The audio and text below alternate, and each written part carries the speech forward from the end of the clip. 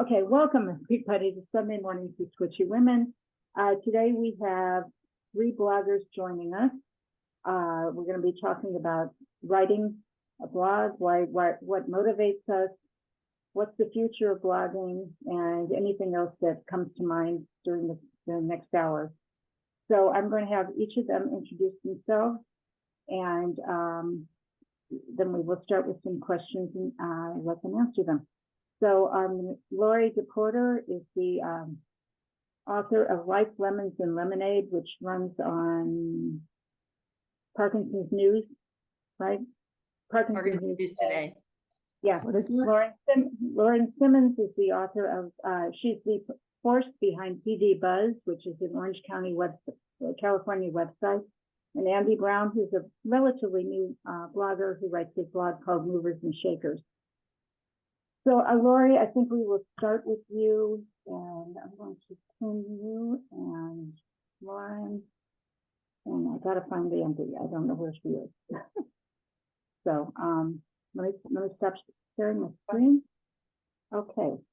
How do you get on the blogs? We'll have information at the end, I think, that we'll Okay. give you. Yeah. Well, everybody will put their blog in the chat for you when they're finished speaking. Okay. So, yeah, Lori, go ahead, and still waiting for Andy. She must not be where she's at a computer yet. Okay. Hi, my name is Lori DePorter, and as Sharon said, I have a blog called Life, Lemons, and Lemonade, and it's at parkinsonsnewstoday.com. It's a really informative magazine. We also have news articles, and they're science writers, so it's a pretty good resource overall. I started writing, believe it or not, when I was first diagnosed I was writing everything because I was afraid of micrographia, and I was afraid that I was going to lose my ability to write, and it scared me, which, at the time seemed rational, but now I'm still writing. It's almost 10 years later, and I can still write pretty well. I'm still a little bit smaller, but I'm still writing. And I started by putting my story on the Brian Grant Foundation. He was featuring people's story, so I just submitted mine, and he published it, and that kind of launched my love for writing, because I think it's important to share your story, and I love to share other people's stories and my experiences, because I feel like if I reach one person that might be struggling with the same thing, then it's worth all the efforts. I don't know how you want me to do this. Like, do you just want me to? No, that's fine. That's fine. That's a good start. So, Okay. let me have Lauren tell how she got started. Hi, I'm Lauren Simmons. I'm in Orange County, California, and I was diagnosed about 7 years ago. The first blog project that I started was actually more of a personal blog, and it was rocksteadyfighter.com, and I still keep it up a little bit on occasion. But I started a website called PD Buzz a few years after I was diagnosed, because I kept finding people that didn't know about resources that were available to them in our area. We have a ton of stuff in my area. We're really fortunate, but if nobody knows about it, they can't access the programs. So I started writing about it and started the website just to get the information out there, because I didn't want anyone else to have that feeling that I had, that you leave the doctor's office and say, like, what the heck do I do now? Just have that horrible feeling. So my goal was really to just get information out there. So that's what it is. And I do a monthly newsletter. It's usually pretty focused on what's going on here in Orange County. I do have a column that I put in there. Sometimes I have guest writers that put things in there for me. But it's just a way to get the information out. Okay. And I started my blog 9 years ago, and basically the same. I was getting phone calls, a lot of phone calls asking me, would I meet with this person or that person who was newly diagnosed? And I hadn't even come out in public that I had Parkinson's, but people were figuring it out. I mean, you can't miss the tremor, And but I was meeting with people for coffee so frequently, I thought maybe I should write this down. What am I talking to them about? So I wrote my first thing, and I sent it out to anybody I knew who had Parkinson's, which wasn't a lot of people. And I just kept writing about it. And once I started writing, I couldn't stop writing. and I was never a writer before, never considered myself a writer. That was my husband's thing. You know, he was the lawyer, he was the writer. I was the person who did the artistic stuff. I stopped doing, I don't do the artistic stuff as much anymore, but I write all the time now. And I find it quite addicting, actually, which is probably why I keep doing this for so long. I'm going to ask a few more questions. We're still waiting for one of our bloggers to come on. I don't know what happened to her, but, you know, she gets here, she doesn't. So I think, Lauren, you talked about your niche. Lori, can you tell us what is your niche with your blog? What do you try to write about? Right. Well, originally I was hired for the young onset group, like, and write about like being a mom with young onset and family. And so there's a lot of my initial stuff, and even my current stuff is about my family and our experience as a family. Which my kids are great, and my husband's great about letting our story be out there for the world to see. And then I've started, I became an ambassador, global ambassador for PMD Alliance. And I've been going to a lot of conferences and stuff and meeting some incredible people. And so I've started doing more of the interview type of blogs where it's a Q&A. So I'm kind of sharing other people's stories as well as my own. And that's kind of cool because there's so many people out there that need a voice. And I think being the patient's voice is very gratifying. It somewhat empowers me to, you know, have some sort of control over a situation that I really can't control. And it gives other people, you know, the same thing. So, but yeah, so I'm trying to get more into that. So, and I try to be humorous. I try to put a little humor in it because face it, we have to laugh at ourselves, otherwise we cry, you know. So, but you know, it's not all sunshine and roses, but it's not all bad either. I mean, it's different, but life is still good, and I try to portray that in my writing. Okay, great. Do you use any other social media to get the word out? I do. I have a website of my own called Lori DePorter. I put it up on the chat. It's lorideporter.com. And it basically has a link to everything that I do, every podcast I've ever done, and every the columns and anything I've ever done. And I also have like resources and stuff like that. But I use Facebook a little bit, and I use Instagram a little bit, and I use LinkedIn. And the former Twitter, formerly known, or X, formerly known as Twitter, I use that a little bit. But I think Parkinson's News Today does a good job of putting my column out there and for people to find it. So I kind of have that advantage because it's published by somebody else. How many readers do they have? Do you know? I think it's almost 1,500 to 2,000. And it's just parkinsonsreaders.com. Parkinsonsnewstoday.com. I'll put it in the chat for you. Okay, thanks. All right, and Lauren, what about you? I know you use social media a lot more than I do. I do. I use Facebook and Instagram. I have actually pages for PD Buzz and my personal, which is Rocksteady Fighter. And I don't want to barrage people with emails. So my newsletter goes out once a month from PD Buzz, but I use Instagram mostly and Facebook as reminders to people like, hey, there's a special speaker at one of our local support groups, or, you know, there's a new program, or, you know, things that are coming up in the area, or advocacy things like when the, you know, things are happening in Washington, we need to call our representatives. I use social media for that stuff. And have you done TikTok? I have never done TikTok, but I remember yours, Sharon. Well, that was a challenge. Yeah, that was the one and only time I did it. Somebody had challenged me to dance, so I did. It was pretty funny. Lori, have you used TikTok? I got it a long time ago, and it was a little weird for me, like some of like the videos I watched, but I'm gonna try it again because it seems to be like a good tool to introduce yourself to everybody and say, hey, this is a funny person with a great blog. I got to go find her. So I plan to. I just haven't. It's not in my wheelhouse yet, but it's in my son. So I'm gonna make him help me. So watch for it. I'll be out there soon. Lauren, how many subscribers do you have for the PD Buzz? For PD Buzz, it's probably 550-ish or so. And it's probably that because it is very, very local. I mean, I do have some people around the country who subscribe to it, but most of the information isn't going to help too many people outside of Orange County, I don't think. Here and there, but.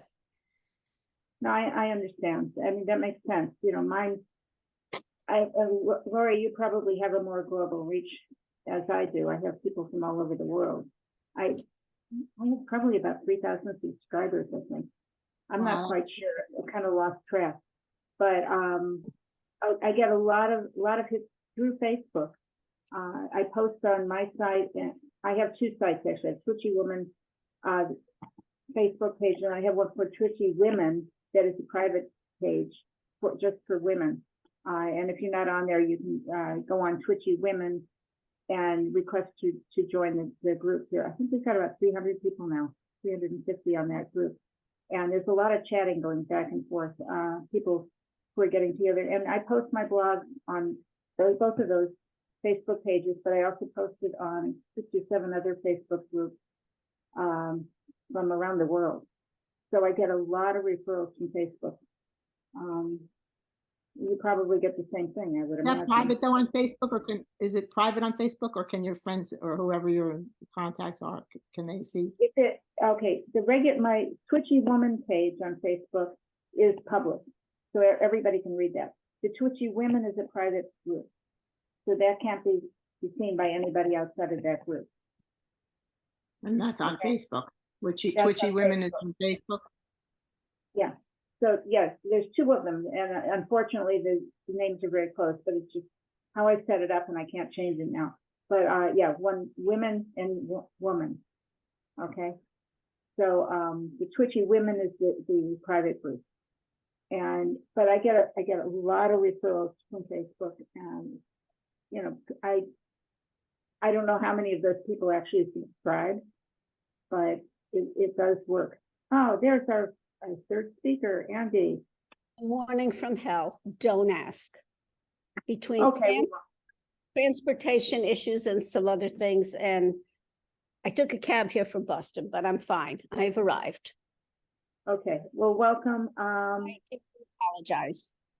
Okay, so this is Andy Brown, who writes, what's the name of your blog? I lost it. Moving and shaking.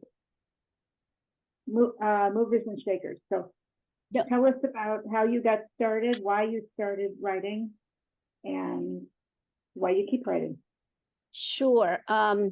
Thank you so much for having me. I'm really thrilled to be here. And I started writing about a year into my diagnosis, and I've always liked fooling around with the computer, and I've written a couple of not very good women's literature novels. But this time I had I felt like I never really found my voice. And with this, I found my voice. So I started writing just for fun for myself. I didn't really think about anybody else reading it. And a friend of mine suggested that I should put it out there and call it a blog. So that's what I did. And I've gotten a terrific response. And what's funny about it is people say, oh, you're doing such a service to the community. This is so good. Other people can read it and help them feel better. It's a very, if you can imagine, lighthearted look at Parkinson's. And I'm not sure I know the way to describe it, but in any case, people started telling me that they were really motivated and moved by what I was saying, which was really very personal. It was just all about me, spilling my guts about frustrations. I had one blog post about my not very great experiences with cannabis for treatment of Parkinson's. I also had one that really described in great detail all of my symptoms that are really sometimes indescribable. I don't know if other people experience this, but how do you explain what's going on under the skin of your legs? It's really very strange and not replicable elsewhere as far as I can see. So I kept writing and writing and writing. And getting really good responses. I try not to repeat myself too often. That's one of the pitfalls of this, I think. And then suddenly it popped into my head one day that I should do a podcast. So it's sort of a natural extension of the blog. And incidentally, I have no idea what the future of podcasts or blogs are. And I think the best way to find out is to probably read or talk to people who are in those industries. And they're not always accurate when they prognosticate about the future of blogs or podcasts, but you might at least get a little sense of where the wind is blowing so that you maybe don't go, excuse the mixed metaphor, barking up the wrong tree. But you know, I just don't know. I'm continuing to do the blog because I love it. It's really fun for me. And the same thing with the podcast, which I don't even feel like I'm in retirement anymore, because I'm doing kind of the same things I did as a development officer for a public radio station when I was working. And now I'm putting together programs. And I just will share one thing with you, because this is hot off the presses. I decided I wanted to have the opening episode about in the podcast about the fact that many people experience a surge in creativity when they have Parkinson's. I don't know if other people have, but I have met a painter in England who used to be a college coach. I've met a lawyer who's now a poet. I met another lawyer who's writing symphonies. And I feel like my writing has really, you know, improved a lot. So I think that this is a really interesting topic and a theme to pursue, right? So I asked first I found somebody and she never responded to me. Then I asked my doctor, my neurologist, if she knew anybody that was working on this. And she said, yes. So she sent me to this guy, and I just received an email back, a text from him this morning. I told him what I was looking for, that I wanted to do an episode about people affected by Parkinson's, whose creativity is affected by Parkinson's. He gave me the name of a doctor to talk to, who he said is like the leading person at Mass General. And then he gave me the name of 2 other doctors, and he gave me the name of a patient who is poet, I think, who's patient of his, and somebody else. So I think out of this one conversation, I got at least 3 to 5 leads on people to appear on my podcast. But what's so remarkable to me is that they don't know me. I'm nobody. Who am I? And yet I just kind of sent this email to my doctor, and this is where it led. So I think this is a kind of a lesson that don't ever be intimidated to ask somebody to do something, even if you think they're in a different atmosphere of life and that they're not going to pay attention to you. I mean, nothing's happened yet. I haven't reached out to these people, but who knows what's going to happen. And the fact is, I've learned not to be afraid. But yeah, I agree. Do not be afraid to reach out to anybody. I have reached out to a lot of people over the last 3.5 years for these Sunday morning Zooms, and no one has turned me down. No one, which is pretty amazing. People in the Parkinson's world, Parkinson's industry, really want to share what they can with other people. It's a very unusual community. And for those of you who went to Barcelona, you saw it firsthand. I mean, it's just amazing, the sharing and the compassion for everybody else. Lori was there. Actually, this is the first time Lori and I actually met up in person. And it was actually quite funny. I had people were coming up to my group, anybody in my group who was wearing the badge, which identified them as part of the Twitchy Women group, and coming up to us and saying, "You're famous." And we're like, "No, we're not famous. We're just people with Parkinson's." And I see Lori, and she's like genuflecting to me, and I'm like, "Come on, don't do this." Yeah, people were like, Twitchy Woman's in the room. I'm like, what? That was the response I was getting. So we are out there, ladies, because of the blog, because of the Zoom meetings. You know, it's just, we've gotten the name out there, and it's wonderful. But I don't know where blogging is going to be going in the future. Is the future just the blog? When I was diagnosed in 2009, I found 2 blogs, 2. at some point, actually, Lori, I think she was your predecessor, somebody at Parkinson's News Today, I forget her name. She actually made a list of all the blogs she could find, and there were about 95 at the time. Now I think there's over 200 Parkinson's blogs. And for those of you who are newly diagnosed, which we were talking right before we started, it does get very confusing. And how do you know who to follow, who not to follow? You have to use your judgment. I would say pick 3 or 4 bloggers and follow them, and that's it. Otherwise, you're going to be totally confused. But find 3 or 4 that speak to you and follow those. You don't have to read everything that's out there. I think one of the things that we do is we filter everything that's out there for you. Do you agree? Mhm. Yeah. Absolutely. And Yeah. I think it's also being accessible is important. Like if you Google my name, there's like other ways to get in touch with me. And I mean, it's pretty much, it's out, I'm out there, and most people just want to help people, but you know, I try to be as accessible as I can to people who need guidance anyway. Yeah. I might not necessarily be what they need, but I can give them guidance to where they need to go if it's not me.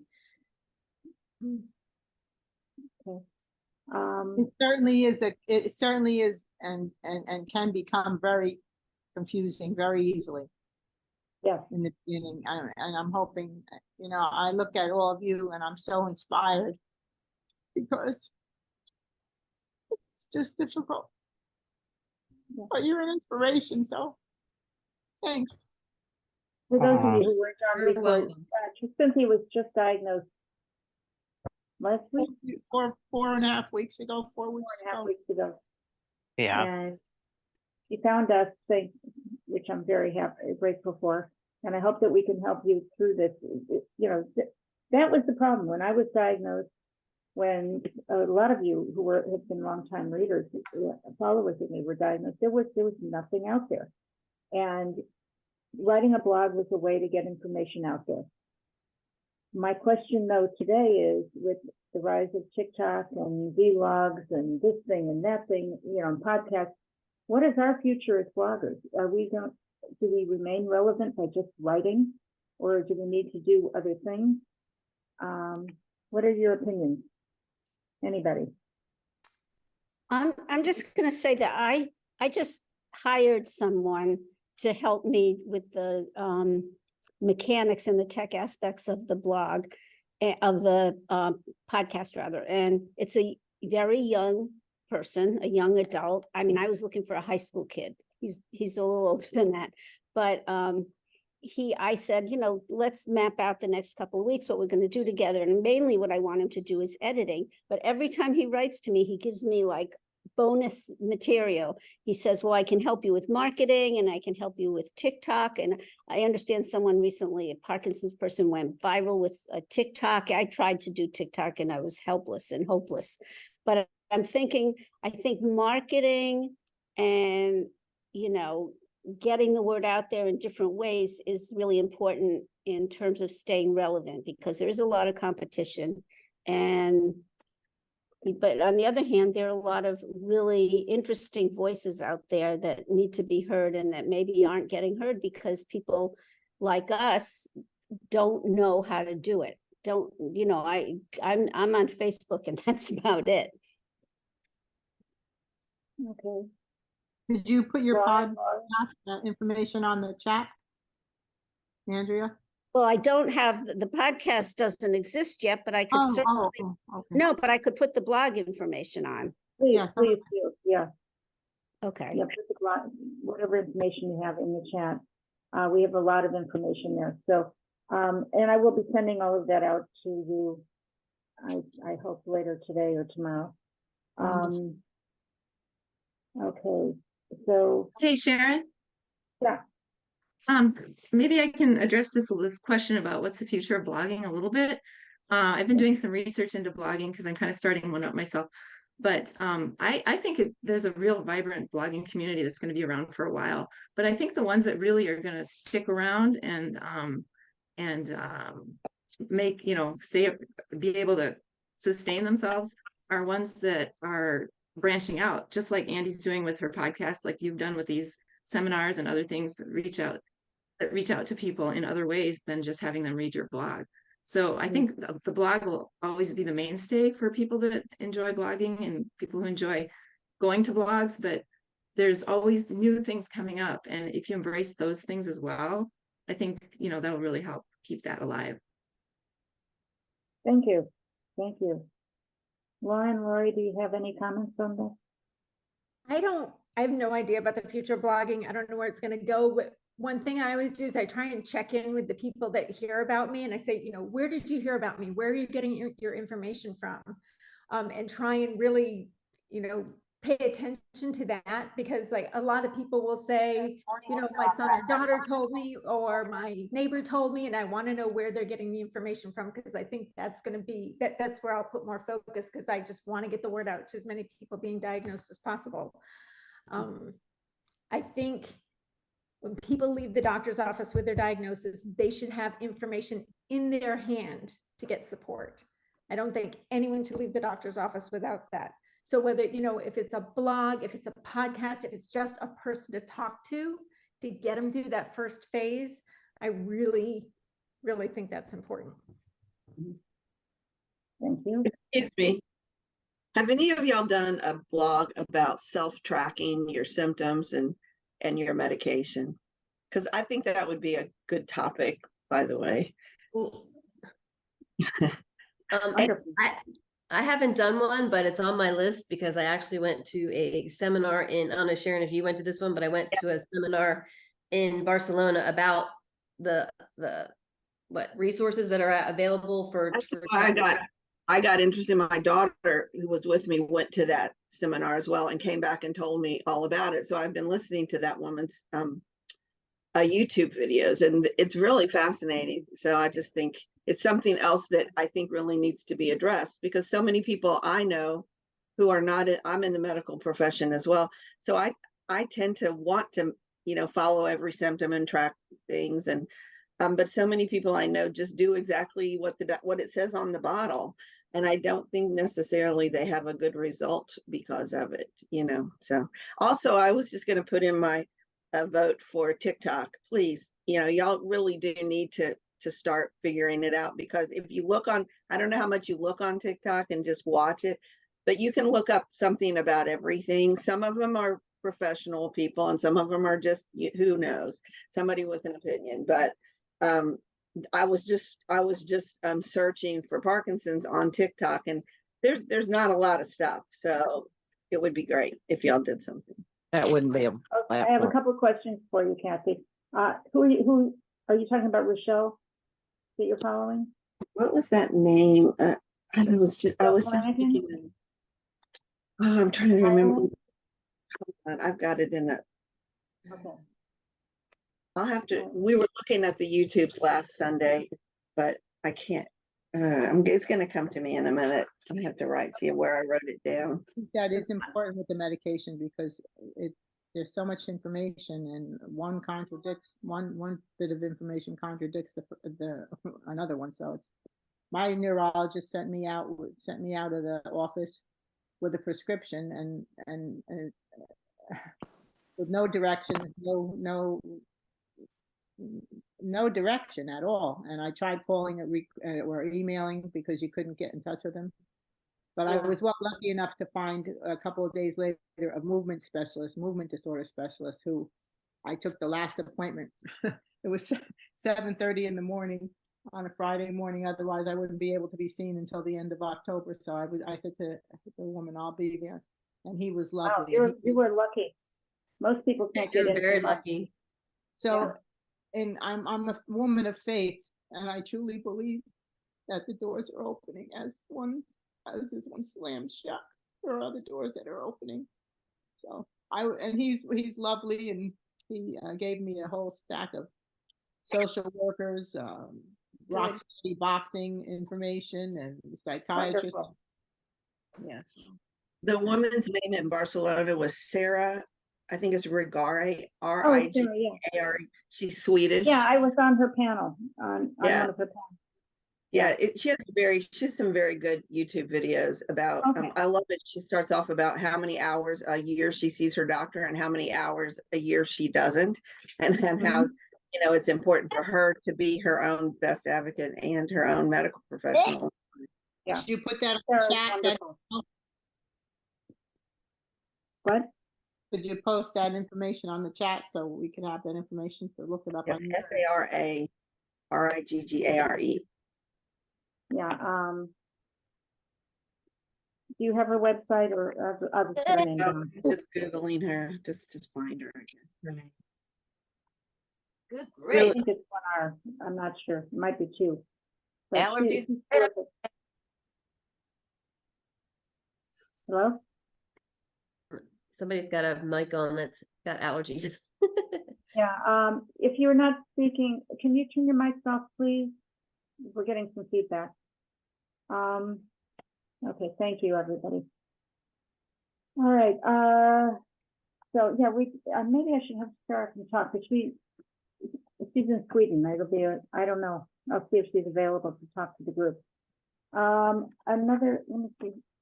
Oh, one question we thought we would ask all of you is when you do go to Google and you want to find something out about Parkinson's, what do you put in the search? What do you search for? Anybody? It probably depends on what you're searching for. Well, Yeah. Well, that's what we're trying to figure out what's relevant to you. Oh, I see. I use, this is Eileen, I use Parkinson's and then whatever the specific topic is that I'm interested in. But I also then go through and look at the sources and I have my favorites. So I'm looking for ones that I recognize like Davis Finney or the Fox or PMD or any of those other what I consider high quality blogs and websites to look for information. okay. Anybody else? I'm sorry, I just wanted to give you her website. It's Oh, okay. www.riggare.se. Yeah, And her Laura, little logo is like all the little blue dots with one red dot in the middle, which represents when she sees the doctor and all the ones she doesn't see the doctor. So it's just www.riggare.se, which maybe is the Swedish country code or something. yeah, Laura put it in the chat. Thank you, Laura. Sorry. Okay. Katie, we can't hear you. Unmute yourself. Are you talking to us? Can't hear you. Nothing. Okay. No, it says you're on, but we can't hear you. Oh, now it says, all right, try unmuting again. No, Volume on your computer. Chat. oh, I think she went off, she'll come back. Or put it Okay. in the chat. Okay. I think she went offline for a minute, so probably logging back in. Let's see. Are there other topics that people want to see blogs about that they're not seeing anything on? I have another one, dental care. I don't know if any of y'all have blogged about, but I've definitely seen a problem with, oh, you have? All right, I'll look it up and see. I did one about going to the dentist. Yeah, well, I just got my first cavity after like 10 years. And when I talked to the dentist, I said, do you think it's because of the dry mouth that I have from my Parkinson's meds? And she said, I think it's exactly that. So and now it's just made me very, like, one more thing I need to be very aware of now is, not having dry mouth. But anyway. Okay. Can I Anything, say any something other to top? Katie? Katie put in the chat. For me, it's young onset PD and mom issues. I've done a lot with that over the past years because my son was like young when I was diagnosed. And it's really hard to lose the capital G that's hanging around your neck for feeling guilty. So if you look up my blog, there's a lot about a lot about being a mom in there and the guilt that you feel and that you shouldn't feel because you didn't. It's not something that you didn't bring it on your family. It just happened to you. So, Andy unfortunately needs to leave us to go to a speaking engagement. So thank you for joining us. Thank And you for having me. I was very honored to be asked to be part of this group, and it's been really fun, albeit abbreviated. Yeah. But Okay. if anybody wants to ask me anything, I put my phone number. Oh, I didn't mean to put my phone number. I meant to put I'll put my email addresses. Sorry about that. Thank you all. Okay, thank you. And Andy writes about knitting and Paris and all the things she loves related to Parkinson's, and I think you'll enjoy her blog. It's one of the newer ones out there. Thank you.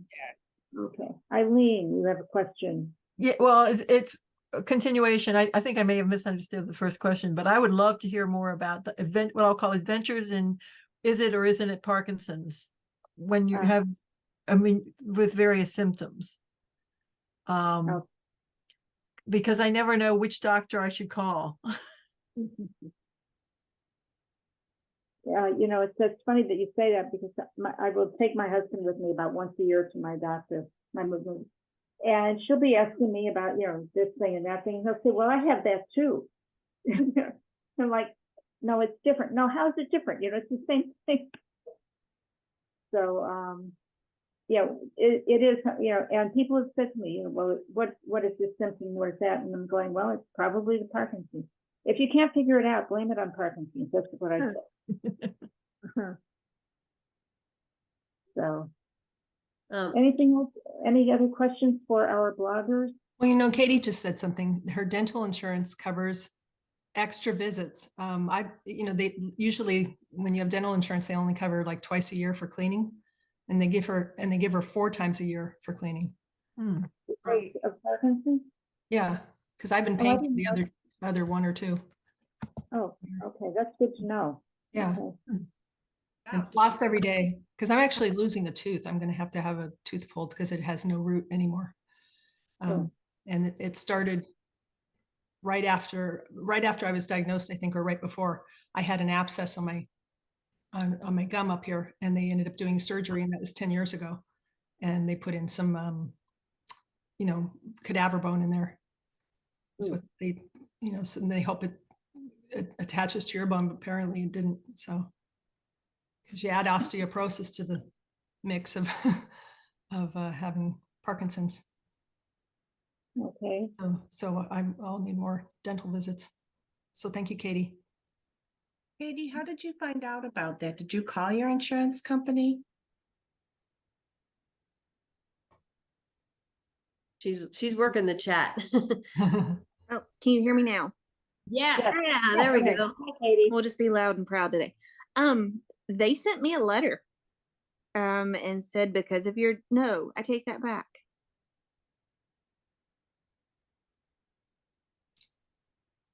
There was something on, I went on my dental insurance's website just looking to see what our benefits were, and there was a thing of do you have, and there was a long list of stuff, and Parkinson's was in it, and it said, hey, fill this form out and we'll let you know if you qualify.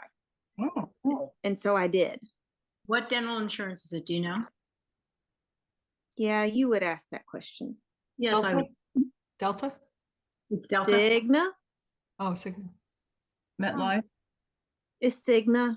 It's through the Southern Baptist Convention. I know Blue Cross Blue Shield will pay for 2 on your regular medical. Will pay for 2 cleanings a year.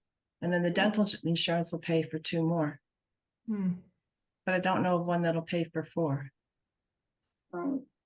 That's good to know, though. I'm going to check it out because I go in 2 times a year too. Yeah. But a lot of times the medical insurance will pay for that. But I don't know if Medicare does. I don't think so. In the same vein, but a different body part. Does the insurance cover acupuncture for Parkinson's? Well, It covers a certain amount. Medicare won't. I don't know if you have other insurance that will, but Medicare does not cover it. No, I have secondary insurance. Well, secondary won't cover what Medicare doesn't cover usually. Oh, They okay. pick up the cost that Medicare doesn't cover, not the whole thing. And it depends, you have to check with your secondary. Secondary usually will approve anything that Medicare approves. Oh, But I don't know of secondary that will insure things that Medicare doesn't. But that's And I would also check to see, you may need a referral from your primary care physician to get any kind of coverage for acupuncture. right. I think, this is Lisa. I think that the problem with acupuncture is that there's no specific set way of doing acupuncture on a person with Parkinson's. If you get acupuncture done by 5 different acupuncturists, it will all be a different treatment, and there's not one way. So insurance companies aren't going to pay for willy-nilly. Yeah, they need a specific protocol, I would imagine then. The other thing I would recommend is not to go to anyone, whether you pay for it or your insurance does, who doesn't have experience with Parkinson's. Right. An acupuncturist or anybody else, because you don't know what they're stimulating or not stimulating. And I did have a negative experience early in my diagnosis with a very experienced acupuncturist, but had never done Parkinson's. And I liked him a lot, but he doesn't do Parkinson's, so I didn't use him anymore because he doesn't know Parkinson's. So Was it easy for you to find someone who knew Parkinson's? I didn't go to anybody else. Okay. I haven't checked it out. But Any other questions for our bloggers? Thoughts, questions, where topics that you want to see? Anything? oh wait, Guys, can I easy. ask you a question? Yeah. Yeah. Have you applied for a peer support person with Twitchy Woman? Me? Yes. Oh, no, I just found out about it at the beginning of this meeting, so I definitely am going to do that. Well, you're welcome too. Okay. And because I think that would be very beneficial for you. I appreciate that very, very much. And it's real, I was in a very depressed mood. And I was going to say you guys, when I was teaching in school, I hated when the kids say you guys, you guys, you guys. Now I find myself saying it. So, and you lovely women have really given me some inspiration this morning. So. Well, it is a bend in the road, Cynthia, but it's not the end of the road. Helen Keller said it there. The bend in the road is not the end of the road unless you fail to make the turn. And all the women on here have turned their lives, and they have very full, enriched lives. They're not, so. Cynthia, I was only diagnosed 18 months ago. No, I mean 20 months ago. And it's been hard. What I have found though, is that if I want to talk about Parkinson's, I need to talk about it with Parkinson's people. Because when I talk about it with people who don't have Parkinson's, they just don't understand. They either think it's more serious than, like I'm presenting about my symptoms and about walking, and they'll start thinking I can't walk, like they'll want to hold my arm every time we get in public. Or they kind of think, oh, she's fine, there's nothing wrong. And so I've decided lately to limit myself to either my daughter, who's in residency for neurology, because she actually has an interest in it. And although she told me to stop taking Xanax recently. And so she is kind of a mama on me. Or just other Parkinson's friends, because it's just too, like somebody was talking about how do you describe your symptoms that are indescribable. I wish we could find a way because I can't figure out how to describe my symptoms to my friends. It's just, yes, Lori, I'm sorry. I'll be quiet. No, I would say I'm giving you kind of one of the best infographics that I've seen and I've used. And I mean, I didn't come up with it, but it's an iceberg. You describe it as an iceberg. Like everybody sees an iceberg and they know what's on top. Like they know tremors and they know gait and whatever, but underneath the surface, an iceberg goes way down. And there's a lot of things underneath it that you don't see, like the constipation and the anxiety and the depression. And you're not seeing any of that stuff, but it's still all there. So that's kind of how I describe it to people. I mean, the thing, when you try to describe internal tremors to somebody who doesn't have Parkinson's, they look at you like, what are you, out of your mind? They don't understand, they can't get those concepts. So and my internal tremors are worse than my external. So people will be like, you look great. You don't even look like you have Parkinson's. And I'm like, you're not inside my body. So yeah, exactly. And I've written about it, and I think the other women have written as well about, how do you talk to your friends? What do you say to your friends? But that, that's what your Parkinson's friends are for. Yeah, we all have this whole new community to talk to. I'm going to wrap this up, but before, Darlene Can I say says something? she would put something you put in the chat that you would What like topic to could be? find out about Medicare benefits, which is a great idea. And if Yeah. anybody knows anyone who can speak about that, please let me know. That would be Good. terrific.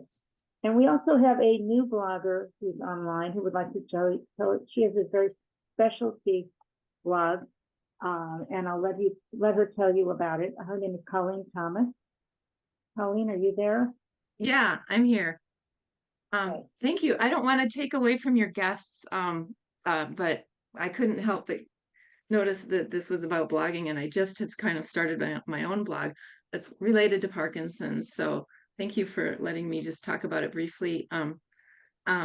And congratulations to Lori and Lauren and Sharon. I mean, you've carried this for years and years, and that's amazing what you've done so far and how you're helping the community with your blogs. It's really, really great.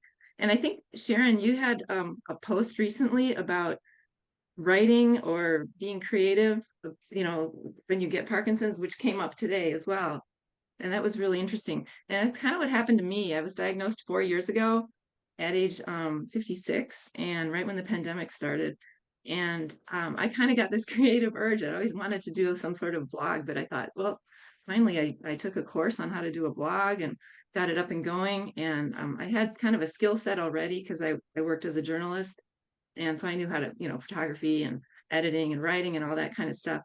The tech stuff is a little dicey for me, but I'm picking it up a little bit. And I have this other passion that I didn't want to give up when I got Parkinson's. And that is hiking and exercising and adventures outdoors. And I thought, how can I put these two together into kind of a very, very small niche, of people that have Parkinson's are still kind of able to go out and do things and get their exercise and enjoy the outdoors and keep that passion going. So I called it Unshakable Hiker is the name of it. And I just launched it like in July. So I'm kind of just, exploring it with what to do with it. So what I do is I go on a lot of hikes and I write about them, and I kind of give tips for people with Parkinson's and what things they should watch for in that particular hike. My husband and I go coast to coast and visit places to look for great hikes to go on. But I also really am trying to add some stuff about Parkinson's. Like I did a little review. I know Sharon, you did one too about Still when that came out, and I wrote a little summary of a study I came across about how singing when you walk can help with your gait. And that has everything to do with hiking, and so those kinds of things I'm looking for as well, just to kind of keep it balanced with hiking and Parkinson's information, just kind of a mix there. So it's kind of going in a lot of different directions, but I'm hoping to find a niche and people that are, like-minded, that want to know about how to stay active outdoors and enjoy, the gifts we've been given outdoors and somehow live through Parkinson's as well and keep those things together, that they can go together. So that's kind of my Lauren you have a hiking group in Orange County, don't you? We haven't been hiking for a little bit because of the heat, but we have a group that usually meets like once a month, and we just go out and hike. It's just a social time. We started it towards the end of COVID because people were really missing each other, and so we started hiking outside, and it was great. And I think that all these blogs and the little niche things are awesome because as a reader of blogs, I read and podcasts. I spend a lot of time on all those. I love reading things and going, you too? Like, it just feels so good to know you're not the only one going through this crap. So thank you to anyone who's writing any of this stuff. Are there any places, support groups? I'm checking New Jersey, but I don't find anything. It's the one that was at the the hospital. Great segue, thank you.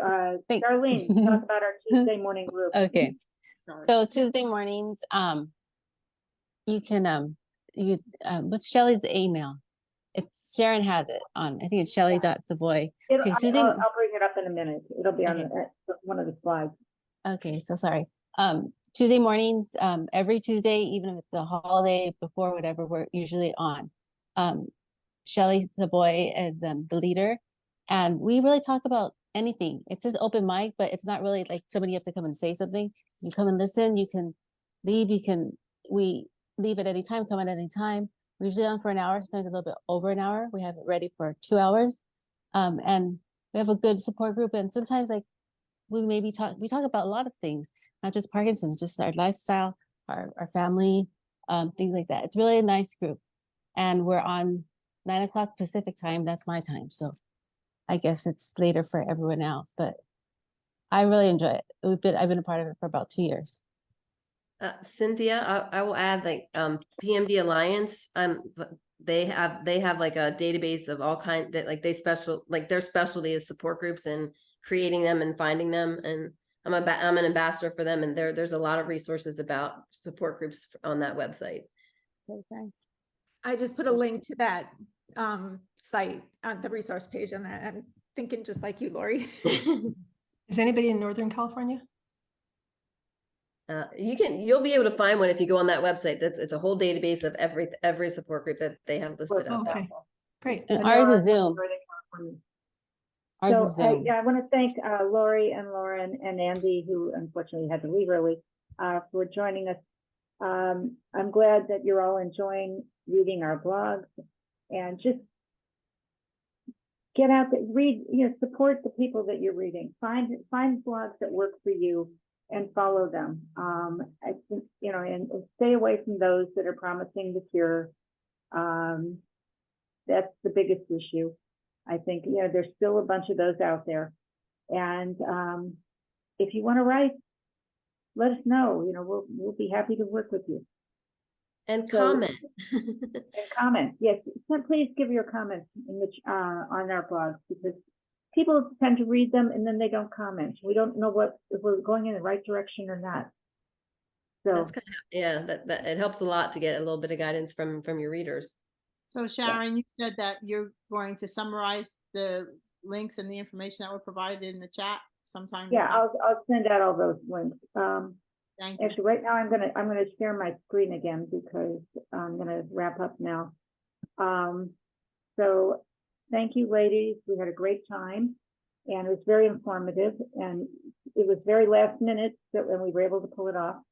Our next meeting will be October 22nd, so it's more than a month from now, and I'm sorry about that, but I'm going to be traveling. I'm supposed to be going to Morocco, and we don't know at the moment if we're going or not, but it looks like most of the places we're going to were not hit by the earthquake. We'll see. But so Darby Schlosser has changed her date and time, as she will be at the regular time at 10 a.m. Pacific, October 22nd, and she will be speaking about motivation and the Move Well method and Brain Blast, which are all her programs. November 5th, we have Yoga Nidra with Amy Wolf. And Yoga Nidra, if you don't know what it is, it's a relaxing form of yoga to help you rest, to sleep.